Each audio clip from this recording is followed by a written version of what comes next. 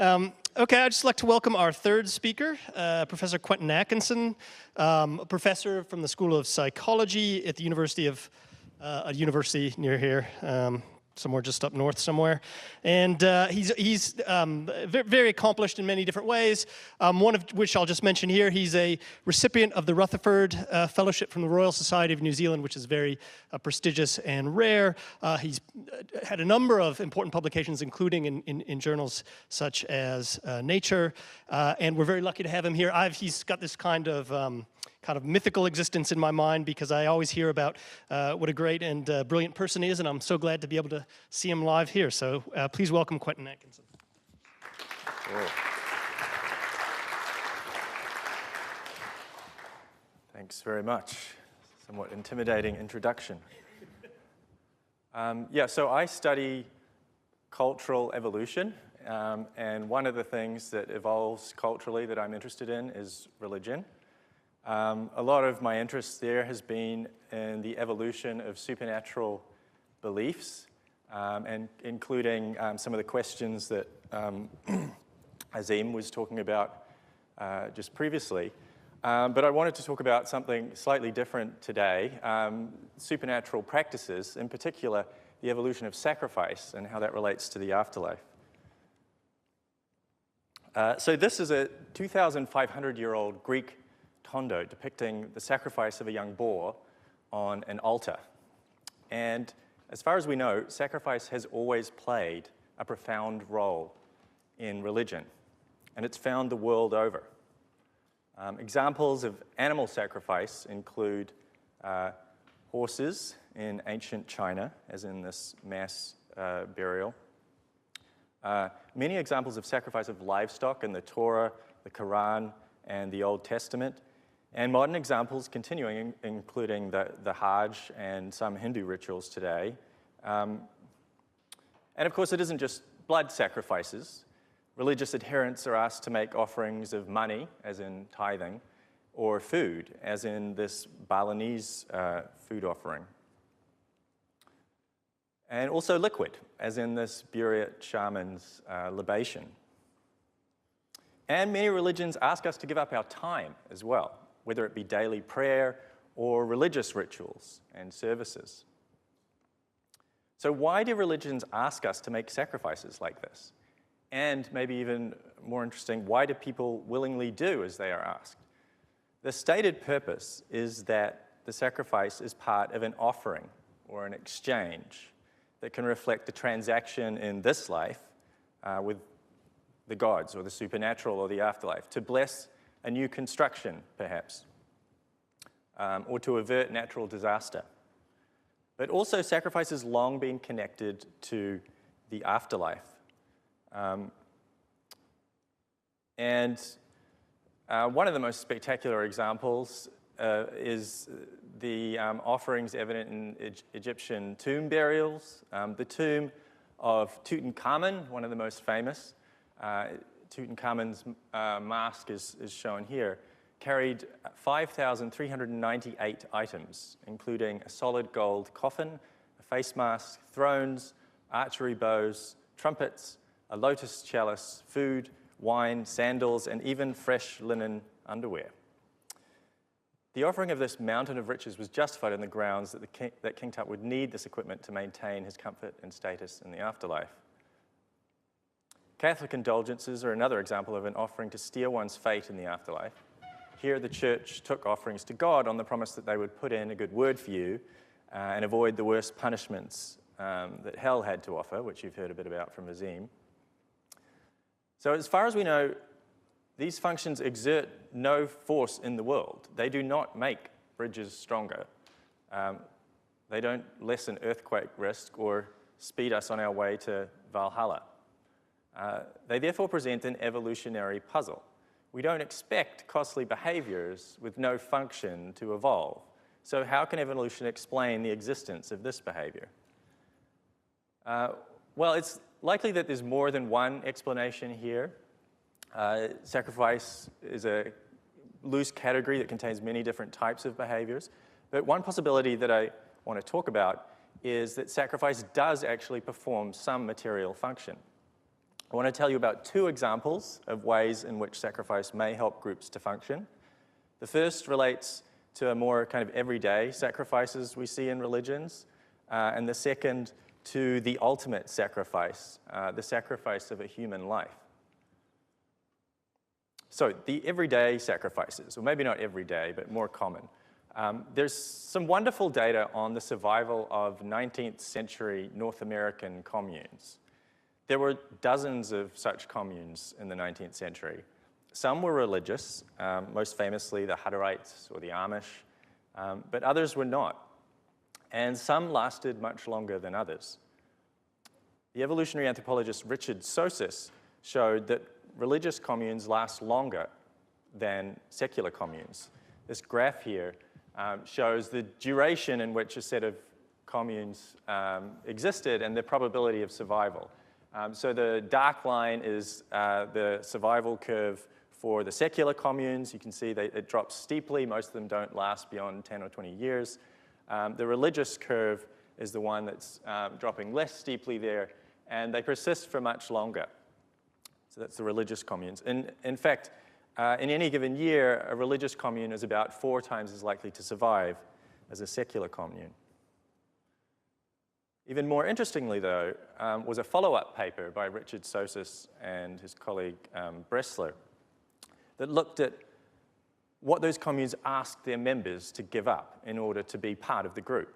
And these were things like jewelry, food taboos, celibacy, giving up all belongings. You can see this was the full list of things they identified.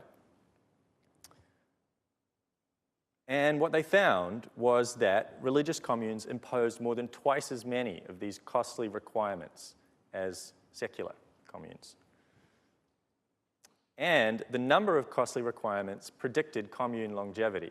So the more costly requirements that the communes were asking of their members, the longer the communes lasted. And this held controlling for some possible confounds, like the population size of the commune and its revenue, which you might have thought could have accounted for differences in survival time. And really interestingly, the effect of these costly requirements was only seen in the religious communes. So there's something about paying these costs, making these sacrifices, specifically in the context of religion, that helps groups survive. What Richard Sosis argues is that these are acting as costly signals of commitment to the group, which builds cohesion and helps the group stay together.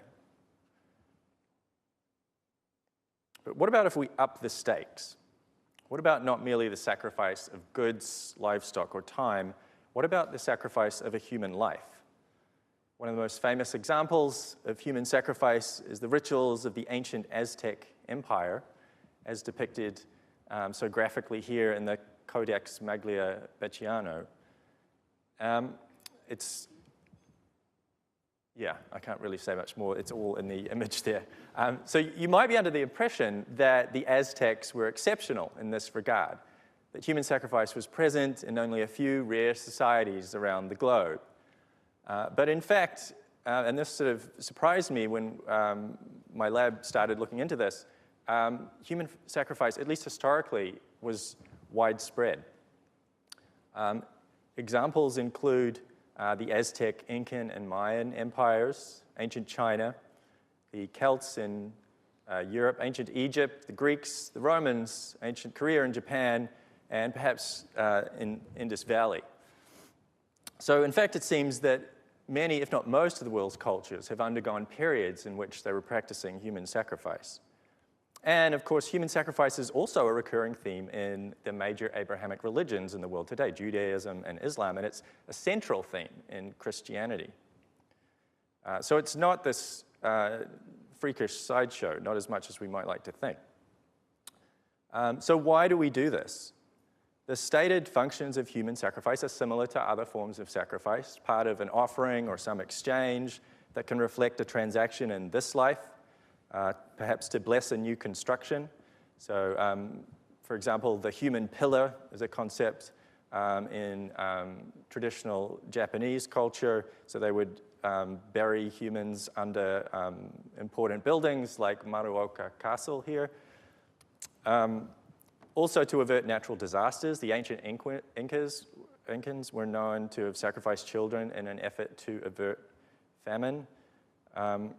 And again, there's this link between human sacrifice and the afterlife. Early ancient Egyptian burials didn't just include all these riches, they would also include retainer sacrifices, servants for the deceased king in the afterlife.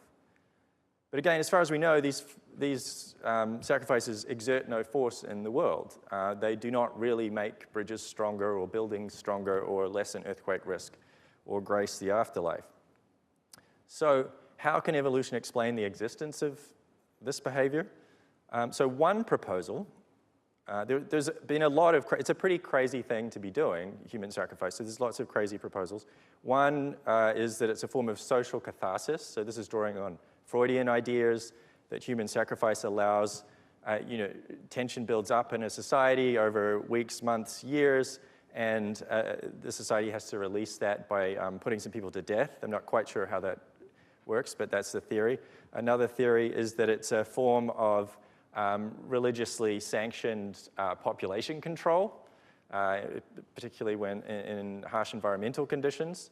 Another, maybe the most morbid, in a morbid list, is that it's an alternative source of protein during famine. So this is combining sacrifice with cannibalism. But one of the most respectable hypotheses is that sacrifice is a highly effective form of social control that could build and maintain social stratification in groups. The social control hypothesis argues that ritual human sacrifice legitimizes status differences by combining displays of ultimate authority, the taking of a life, with supernatural justifications that sanctify the authority as divinely ordained. So my colleagues and I at the University of Auckland set about testing this idea, not among the ancient Aztecs or Greeks, but in the Pacific. Societies of the Pacific varied in the extent to which they were stratified, from highly stratified chiefdoms of Hawaii with an elite class to the relatively egalitarian groups of, say, the Solomon Islands. And many of these societies practiced ritual human sacrifice. This image shows a ritual human sacrifice performed in what was then called Sandwich Islands, which is now Hawaii. And the Pacific's an ideal place to test these ideas because the many and varied islands provide a series of natural experiments in cultural evolution, different ecologies, different subsistence strategies, different religious and political institutions. And the cultural ancestry of the Austronesian people of the Pacific is extremely well understood because we know the languages they speak and the genealogical relationships between those languages. And I'll come back to why that's useful. So to look at this idea, we built a database coding sacrifice and stratification across 93 Austronesian-speaking cultures in the Pacific. So we looked at, did they have ritual human sacrifice? And we also coded 3 levels of social stratification. Were the societies egalitarian in that there were no inherited differences in wealth or status? Were they moderately socially stratified, in which case there were differences in wealth or status, but they weren't, it was possible to change your status within a generation? Or was there a high social stratification, in which case there were differences in wealth and status, and it wasn't possible to move between status groups within a generation? So what did we find? Well, we found ritual human sacrifice was widespread in the Pacific, present in 40 of the 93 cultures in our sample. And because you're probably curious, some of the examples included burning, drowning, strangulation, bludgeoning, burial, being crushed by a newly built canoe, being cut into pieces, and being rolled off the roof of a house and then decapitated. Now, if sacrifice functions to bolster stratification and support elites, then societies with human sacrifice should be the most stratified. When we look at the social stratification of the societies in our sample, human sacrifice is present in 25% of the egalitarian societies, 37% of the moderately stratified societies, and 67% of the highly stratified societies. So that's interesting, and it's consistent with the social control hypothesis. But it's correlational, and it doesn't tell us about the direction of causality. So like I said, we know something about how the cultural ancestry of the Austronesian-speaking peoples looks. based on the languages they speak. And we can represent this information as a family tree of Austronesian cultures, something like what I've got up here, where you've got on the left, there's the kind of common ancestor of all these cultures, and then as you move across right, you're getting new lineages forming and diversifying until you get all the cultures present today. And we can map features onto this tree. So I've just generated some toy example here of some blue and red and green features onto the different cultures. And that can tell us something about the evolution of those features through time. This technique's been dubbed virtual archaeology, because you can go back in time, but you don't have to actually be digging. So it can tell us things like, what's the ancestral state? What was most likely going on in the ancestral cultures that you're looking at? When and where and how often were changes occurring in whatever trait you're looking at? And what was the likely sequence? So in this toy example, the sequence that it supports is a change from green to blue to red, rather than some other sequence like blue to red to green. So how does that relate to stratification and sacrifice? This figure shows the Austronesian tree, two versions. It's the same tree, just butterflied out. On the left is the presence or absence of ritual human sacrifice. Red is present, white is absent. On the right is the presence or absence of some kind of social stratification, high or moderate. And we use computer models of evolution to determine the most likely probabilities of change through the evolution of both these traits. And we run a test to see whether one trait is influencing the evolution of the other. So I won't bore you with the mathematics of that, but what we get is this rate matrix of the likely probabilities of change from societies with and without social stratification and with and without ritual sacrifice.